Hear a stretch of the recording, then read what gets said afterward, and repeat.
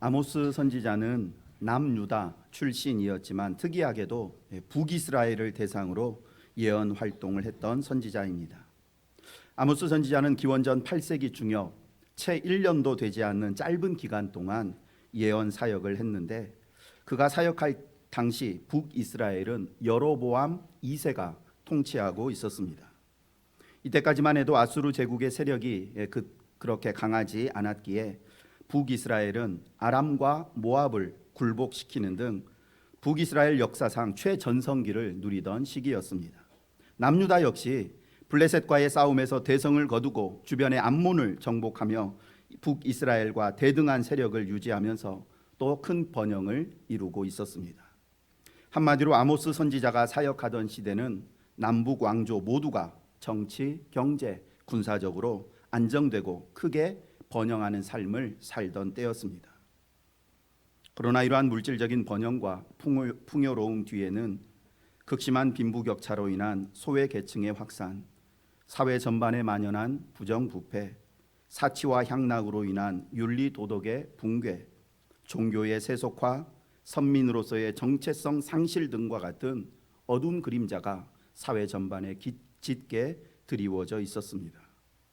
그리고 이 모든 것들보다 더 심각한 사실은 어둡고 타락한 현실에 대해서 책임 있는 목소리를 내야 할 종교 지도자들마저 물질의 눈이 어두워서 예언과 제사를 돈벌이 수단으로 전락시켰다는 사실입니다.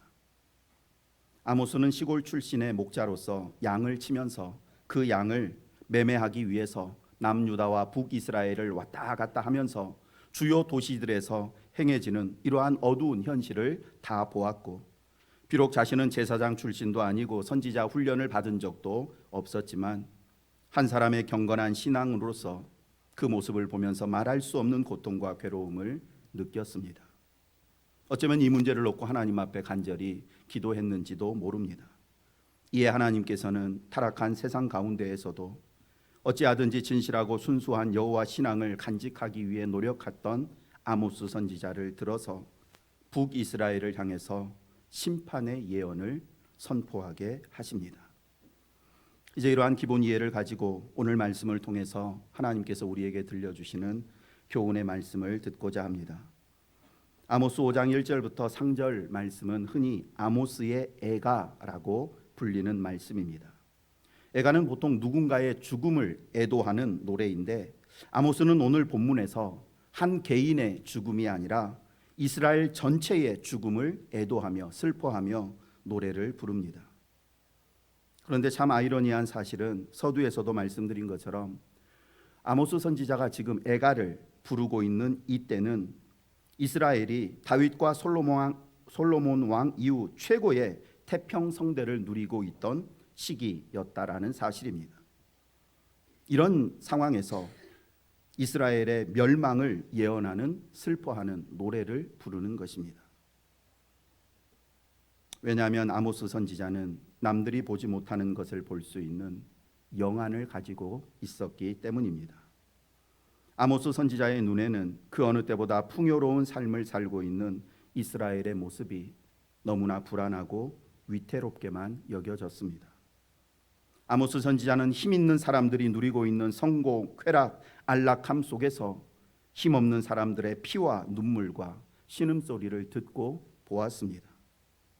화려함 뒤에 가려져 있는 어둡고 추한 모습들을 보았으며, 안식일마다 성전에서 제사 드리는 백성들의 모습 속에서 위선과 외식의 가면을 쓰고 살아가는 그들의 이중적인 모습이 보였습니다. 아모스 선지자가 보기에 지금 나라의 상황은 폭풍 전야의 시기인데, 그 누구도 이제 곧 불어닥칠 심판의 폭풍을 감지하지 못한 채 그저 모두가 사치와 향락에 빠져 타락한 삶을 살고 있습니다. 그래서 아모스 선지자는 북이스라엘의 멸망을 내다보면서 슬픈 노래를 지어 부르는 것입니다. 아모스 5장 1절과 2절 말씀입니다. 이스라엘 족속아, 내가 너희에게 대하여 애가로 지은 이 말을 들으라.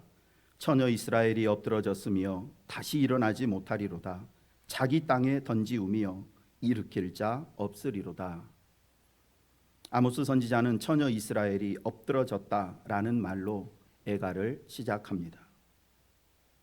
아모스 선지자는 북이스라엘을 마치 부모님의 사랑과 보호 속에서 곱고 순결하게 자라온 한 처녀가 포악한 사람에 의해서 겁탈당하고 길거리에 내던져진 모습으로 묘사하면서 이스라엘 백성들이 당할 심판의 심각성을 예언합니다. 그리고 더욱 가슴 아픈 사실은 이런 참혹한 일을 당하는 장소가 자기 땅, 즉 자기 고향, 자기 집에서 이런 끔찍한 일을 당하게 된다고 예언합니다.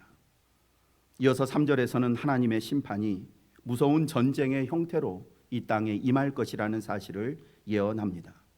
주 여호와께서 이와 같이 말씀하시되 이스라엘 중에서 1000명이 행군에 나가던 성읍에는 100명만 남고 100명이 행군에 나가던 성읍에는 10명만 남으리라 하셨느니라.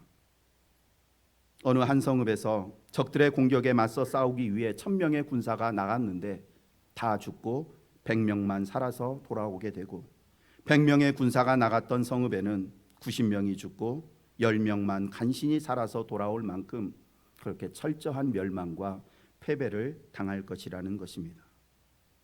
그리고 아모스 선지자가 부른 이 애가의 내용은 약 30년 후 그대로 성취되었는데 북이스라엘은 기원전 722년 가장 잔인하고 포악하기로 소문난 아수르 제국에 의해서 멸망당했습니다.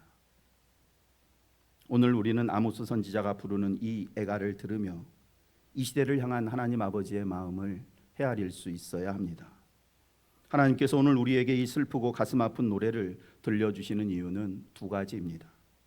첫째는 어떤 경우에도 나와 내 가정, 교회와 이 나라가 북이스라엘의 전철을 밟아서는 안 된다는 사실을 깨닫게 하시기 위함이고, 둘째는 오늘 우리가 정의가 무너지고 공의가 사라진 이 시대를 바라보면서 아파하는 마음으로 울며 기도하기를 원하시기 때문입니다. 1000명이 행군에 나가던 성읍에는 100명만 남고 100명이 행군에 나가던 성읍에는 10명만 남으리라고 경고하시는 이 경고의 대상에 해당하는 성읍이 이 나라와 이 땅, 우리 교회와 우리 가정이 될 수도 있다는 사실을 생각하면서 아픈 마음을 가지고 울 수 있어야 하고, 내 삶이 부정과 불법, 불의와 탐욕으로 물들지 않도록 부단히 노력하는 삶을 살아야 합니다. 성경에는 예수님께서 눈물을 흘리셨다는 기록이 세 군데 기록되어 있습니다.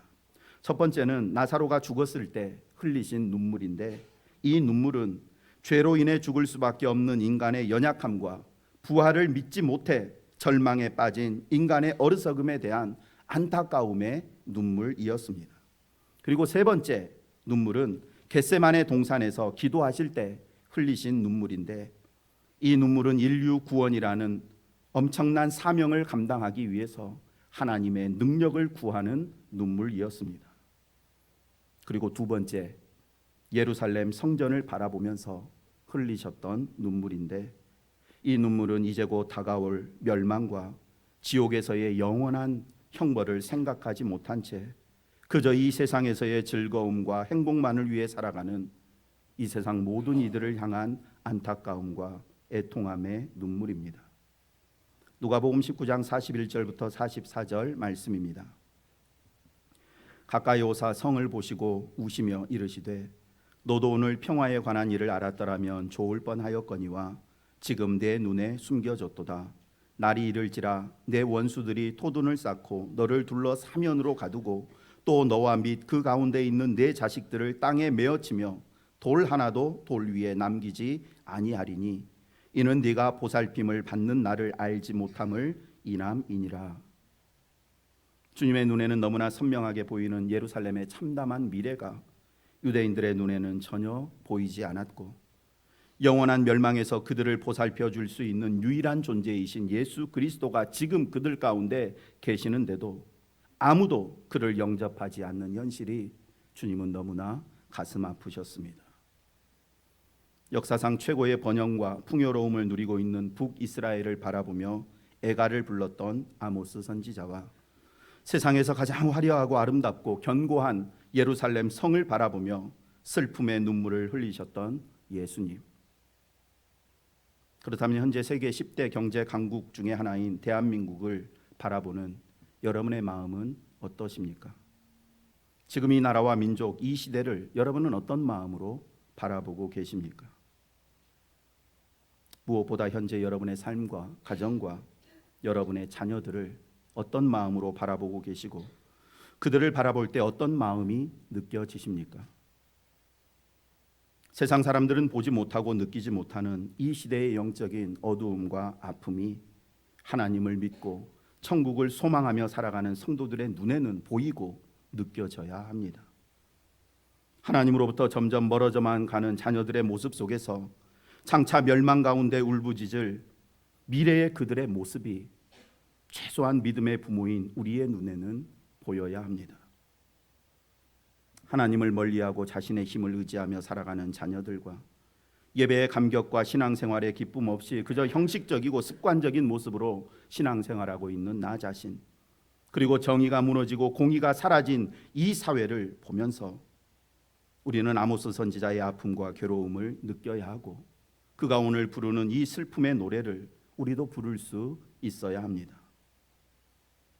우리가 하나님의 말씀을 듣고 지금 울면 이 울음은 틀림없이 영생의 기쁨과 웃음으로 변하게 되지만 지금 울지를 못하고 마지막에 가서야 울게 되면 그 울음은 절망과 고통의 울부짖음으로만 끝나게 됩니다.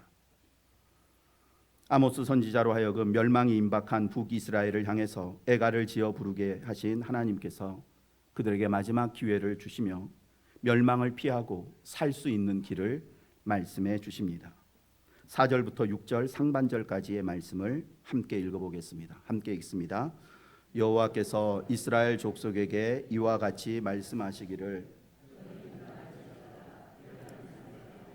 베델을 찾지 말며 길갈로 들어가지 말며 브엘세바로도 나아가지 말라.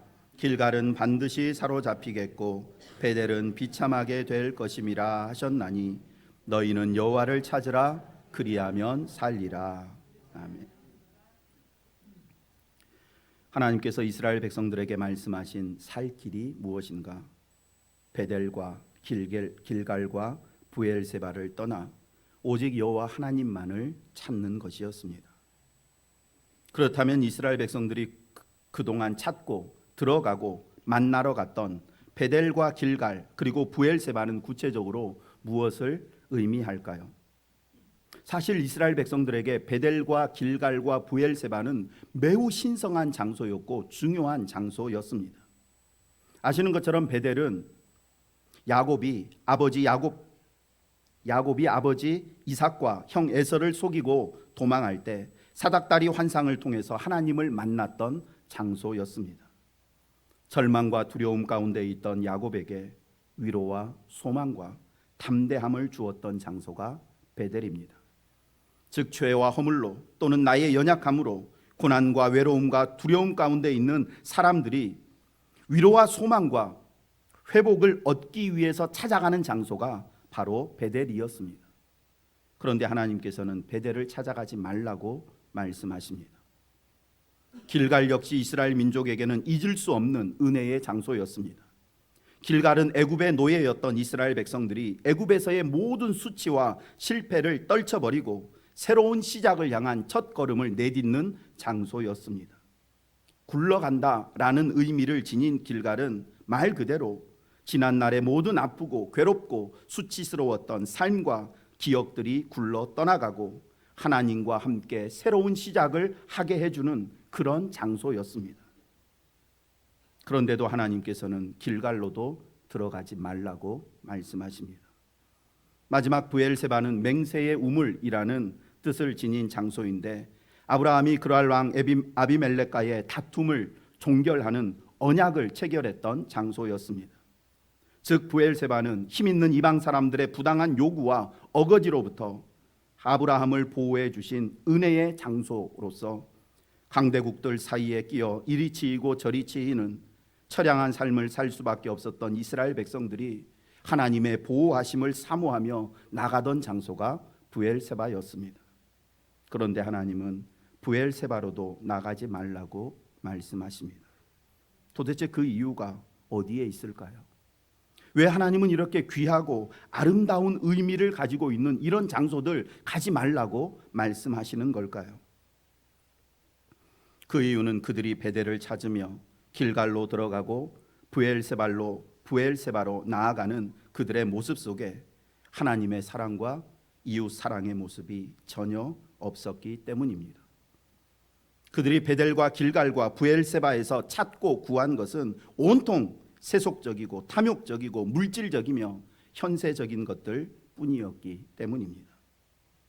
그래서 하나님은 정의를 쓰디 쓴 쑥처럼 만들어버리고 공의를 땅에 내팽개치는 삶을 살면서도 깨닫지 못하고 회개할 줄 모르는 그런 뻔뻔한 모습으로 그런 장소들 찾아가지 말라고 말씀하시는 것입니다.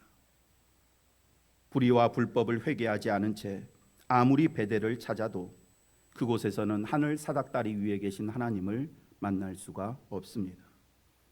길갈에 들어가서 매일같이 제단을 쌓는다 해도 수치와 부끄러움을 물러가게 하는 사죄의 은혜를 받지 못할 것이고, 상호 불가침 조약을 맺은 부엘세바에 가도 하나님으로부터 아무런 보호의 약속도 받지 못할 것이기 때문에 찾지 말라고, 괜히 헛수고하지 말라고 말씀하시는 것입니다.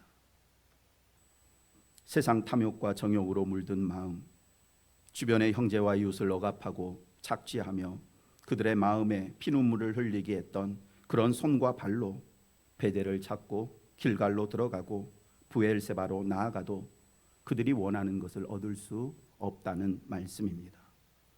그러나 이스라엘 백성들은 그곳에만 가면, 그 은혜의 장소만 가기만 하면 무조건 그들이 원하는 것을 얻을 수 있을 것이라고 착각했습니다. 그곳에 계시는 거룩하신 하나님을 만날 준비는 전혀 하지 않은 채 그저 그곳에만 가기만 하면 복을 받을 것이라고 생각한 것입니다. 그러나 하나님은 그런 모습으로는 더 이상 나를 찾지 말고 나에게 오지 말라고 말씀하십니다. 베델과 길갈 그리고 부엘세바, 이것이 무엇을 상징하는지, 얼마나 아름다운 의미를 지니고 있는지 설명드렸는데, 이 영적 의미를 생각할 때 이 세 장소가 오늘 이 시대에 교회를 지칭하고 있다는 생각이 들지 않으십니까? 교회는 정말 외로움과 불안감에 시달리는 사람들이 하늘과 땅을 잇는 사닥다리를 통해서 하나님의 위로와 소망을 공급받는 장소이고, 수치와 실패로 점철된 삶을 살던 사람에게 새로운 삶을 시작할 수 있는 힘과 용기와 능력을 주는 장소이며, 너무나 변덕스럽고 위험 많은 세상 속에서 안전함의 약속을 보장받는 장소가 교회입니다. 그래서 실제로 수많은 성도들이 매주일 교회를 찾습니다. 교회에 와서 그가 원하는 건강과 물질과 명예와 성공과 좋은 직장을 구하고 찾고 두드립니다. 그런데 우리가 정작 구하고 찾고 두드려야 할 것은 여호와 하나님이시라고 말씀합니다. 우리가 원하는 모든 것, 교회가 주는 것이 아니라 교회의 주인이신 하나님이 주시는 것입니다. 누가 준다고요? 하나님이 주신다고요. 교회에 나오기만 하면 그냥 무조건 받는 것이 아니라 교회에 계신 하나님을 만나야 합니다. 그런데 많은 이들이 나에게 참된 자유와 행복과 평안과 안전을 주시는 그 하나님을 만날 준비는 제대로 하지 않은 채 흠있고 점있는 부정한 모습으로 교회에 나옵니다. 하나님은 흠있는 재물, 부정한 재물은 받지 않으신다는 사실을 망각한 채 더러운 손, 피 묻은 손 그대로를 내밀며 하나님의 복과 은혜를 구합니다. 하지만 그러한 부정한 손을 아무리 하나님을 향해 높이 올려도 하나님은 그 손에는 아무것도 주지 않으십니다. 그렇다면 흠없고 정결한 재물이 된다는 것, 하나님을 만날 준비를 한다는 것의 참 의미는 무엇일까요? 흠없고 정결한 재물이 된다는 것은 한마디로 구원의 감격 속에서 하나님을 찾는다는 의미입니다. 또한 예수 그리스도 그 대속의 십자가를 가슴에 품고 하나님께 나아오는 것, 이것이 흠없는 정결한 모습으로 하나님을 찾는 것입니다. 십자가를 가슴에 품고 구원의 감격 속에서 하나님을 만난다라는 이 말의 실제적인 의미가 무엇일까 오늘 본문 5장 14절 15절에서 말씀하고 있습니다. 함께 읽어보겠습니다. 너희는 살려면 선을 구하고 악을 구하지 말지어다. 만군의 하나님 여호와께서 너희의 말과 같이 너희와 함께 하시리라. 너희는 악을 미워하고 선을 사랑하며 성문에서 정의를 세울지어다. 만군의 하나님 여호와께서 혹시 요셉의 남은 자를 불쌍히 여기시리라. 아멘. 살려면이라는 이 말씀 속에서는 살기 위해서는 너희가 굳은 결단을 해야 한다라는 의미가 담겨 있습니다. 뼈를 깎는 심정으로 물질과 성공을 향해 계속해서 달려가는 우리의 발걸음을 강하게 붙잡고 하나님이 원하시는 의의 길로 돌이켜야 한다는 의미입니다. 내 주변의 모든 사람들이 걷고 있는 크고 넓은 길 대신 좁고 협착한 길을 걷는 것, 세상의 거센 풍조가 이렇게 흐르는데 그것을 거슬러 하나님께로 나아가는 것, 결코 쉽지 않겠지만 그러나 우리가 영생의 삶을 살기를 원하면 최고의 선이신 여호와 하나님이 원하시는 공의를 행하고 우리 삶 가운데 무너진 정의를 다시 세워야 합니다. 이것이 구원의 감격 속에서 십자가를 가슴에 품고 영생의 삶을 살려고 발버둥치는 성도의 모습이어야 합니다.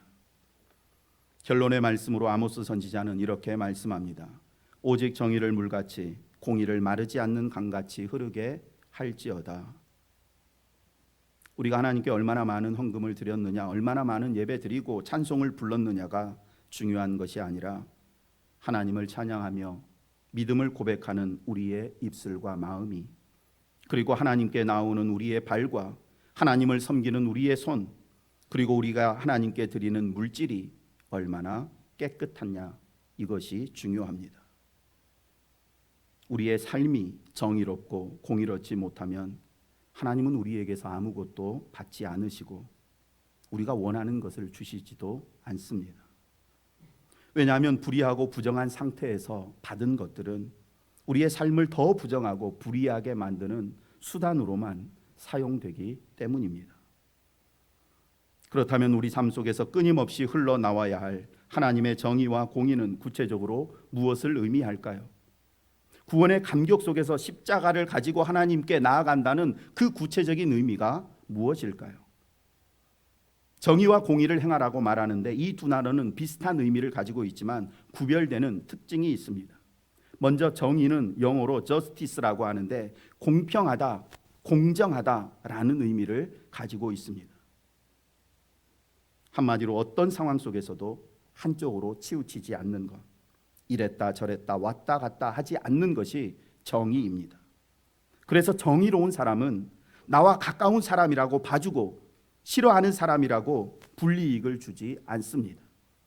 정의로운 사람은 그때나 지금이나 이 일을 처리할 때나 저 일을 처리할 때나 항상 동일한 기준과 원칙을 가지고 말하고 행동하고 결정합니다. 하나님은 정의로운 분이시기 때문에 한 입으로 두 말 하시는 경우가 결코 없으시고 그 어떤 이유로도 우리를 불공정하게 차별 대우하시지 않습니다. 우리가 하나님만을 온전히 믿고 신뢰할 수 있는 이유는 하나님은 정의로운 분이셔서 어제나 오늘이나 영원토록 변함없는 분이시기 때문입니다. 하나님은 오늘 저와 여러분에게 이 정의를, 공평함과 공정함을 물같이 흐르게 하라고 말씀하십니다. 온갖 부정과 차별, 편법이 난무하는 시대 속에서 하나님의 백성인 우리만이라도 말씀 위에 굳게 서서 좌로나 우로나 치우치지 않고 정의롭게, 즉 공정하고 공평한 모습으로 살아가다 보면 결국 이 사회가 정의로운 사회로 변하게 됩니다. 정의를 물같이 흐르게 하라라는 말씀은 물이 높은 곳에서 아래로 그냥 자연스럽게 흘러가는 것처럼 주위 모든 사람을 공정하고 공평하게 대하는 이 정의로운 모습이 우리의 삶 속에서 자연스럽게 흘러나와야 한다는 의미입니다. 다음으로 우리에게 행하라고 하신 공의는 옳다, 의롭다라는 의미를 지닌 단어입니다. 하나님께서 우리에게 공의를 행하라고 말씀하시는데 그러면 도대체 공의가 정확히 무엇일까요? 옳다, 의롭다라는 의미라고 했는데 하나님의 공의가, 의로움이 구체적으로 무엇인지 데살로니가 후서 1장 7절 말씀에 7절 8절 말씀에 기록되어 있습니다. 함께 읽어보겠습니다. 환난을 받는 너희에게는 우리와 함께 안식으로 갚으시는 것이 하나님의 공이시니 주께서 자기의 능력의 천사들과 함께 하늘로부터 불꽃 가운데에 나타나실 때에 하나님을 모르는 자들과 우리 주 예수의 복음에 복종하지 않는 자들에게 형벌을 내리시리니. 아멘. 이 말씀을 보면 하나님의 공이란 하나님께서 보내신 예수 그리스도를 영접하고 그분과 함께 환난을 당하는 사람들에게는 영원한 안식을 주시고, 하나님을 부인하고 예수 그리스도의 복음을 거부하는 자들에게는 영벌을 내리시는 것, 이것이 공의입니다. 즉 예수 그리스도를 영접한 이후에 그 주님과 함께 다른 이들을 구원하기 위해서 자기의 십자가를 지는 삶을 사는 사람들에게 부활의 영광과 상급을 주시는 것, 이것을 하나님의 공의라고 말씀합니다. 그러므로 공의를 행한다는 것은 하나님께서 주실 상급만을 바라보며 내 주변에 부족하고 연약하고 허물 많은 이들을 위해서 나 자신을 희생하는 십자가의 삶을 사는 것입니다. 십자가의 삶을 사는 것이 우리가 세상에서 행할 수 있는 가장 공의로운 일입니다. 그리고 하나님께서는 우리에게 공의를 행하되 마르지 않는 강같이 흐르게 하라고 말씀하십니다. 마르지 않는 강같이, 연약한 사람들을 위해서 십자가 지는 삶을 살되 한 번 하고 희생하는 것으로 그치지 말고 마르지 않는 강같이 계속해서 사랑과 희생의 강물을 흘려보내라는 의미입니다. 왜 그러야 합니까? 왜 우리가 계속해서 나에게 잘못하고 나에게 해코지 않은 사람에게까지 예수 그리스도의 십자가의 마음으로 사랑과 희생과 양보의 물을 계속해서 흘려보내야 합니까? 우리가 지금 이 시간에도 예수님으로부터 그런 공의의 폭포수를 공급받고 있기 때문입니다. 세상 사람들은 하나님의 공의이신 예수 그리스도, 그분의 십자가 대속의 은혜를 경험하지 못했기 때문에 내가 약삭빠르게 행동하지 않으면, 내 밥그릇 내가 챙기지 않으면 다 빼앗기고 결국 나만 죽는다고 생각해서 이기적으로 살 수밖에 없지만 우리는 그렇지 않습니다. 우리에게는 나를 대신해서 죽으시고 나를 위해서 다시 오실 예수님, 그리고 날마다 나와 동행하시며 위로와 소망과 힘을 주시는 보혜사 성령님이 계시기에 아무리 억울하고 괴로워도 불법과 부정을 행하는 자리, 내 마음에 분노를 표출하며 복수하는, 불의를 행하는 그 일을 행해서는 안 됩니다. 남들은 다 그렇게 하고 사는데 나만 하지 않으면 결국 나만 바보 되고 손해보고 뒤처진다고 불안해하지 마시고, 나에게는 천지를 창조하시고 주관하시는 하나님 아버지가 계시고 내 모든 생각과 삶을 감찰하시는 보혜사 성령님이 계시며, 그리고 언젠가 다시 오셔서 세상의 모든 일을 선악관에 심판하실 심판주 예수님이 계신다는 이 믿음으로 끝까지 모든 사람들을 공평하게 대하는 정의와, 그리고 나에게 해코지를 하는 사람에게까지라도 주의 사랑을 전하는 공의로운 삶을 살기를 원합니다. 우리가 우리 목 스스로 챙기려 하지 않아도 주의 말씀 따라서 먼저 그의 나라와 의를 구하면 우리 삶에 필요한 모든 것은 하나님 아버지가 대신 챙겨주십니다. 이 확실한 믿음을 가지고 정의를 물같이 공의를 강같이 흐르게 하라는 하나님의 말씀에 순종해서 2024년 한 해를 하나님의 정의와 공의를 내 주변 형제와 이웃의 삶 속으로 계속해서 흘려보내는 그런 복된 삶을 살기를 원합니다. 그렇게 우리 한 사람 한 사람에게서 나오는 정의와 공의의 작은 물줄기들이 모이게 되면 큰 강을 이루고, 강이 바다를 이루어서 지금 정의와 공의가 사라지고 무너진 이 시대 속에 다시 하나님의 공평한 정의와 예수 그리스도의 십자가의 공의가 가득한 세상 될 줄 믿습니다. 하나님 아버지,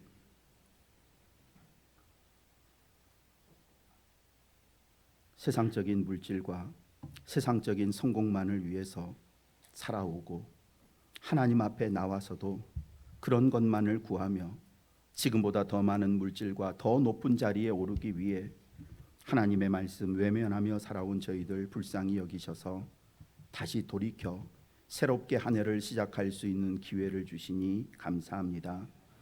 우리가 살아가는 이 시대를 정확히 분별하여 또한 나와 내 가정의 모습이 어떠한지 정확히 진단할 수 있도록 저희에게 영안을 열어 주옵소서.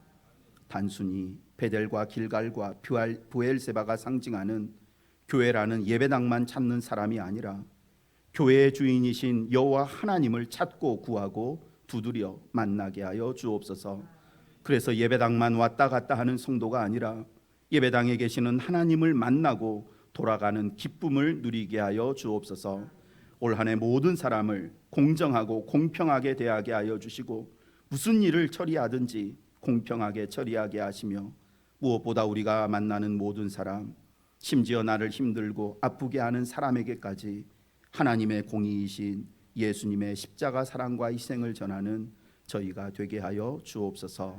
예수님 이름으로 기도드립니다. 아멘.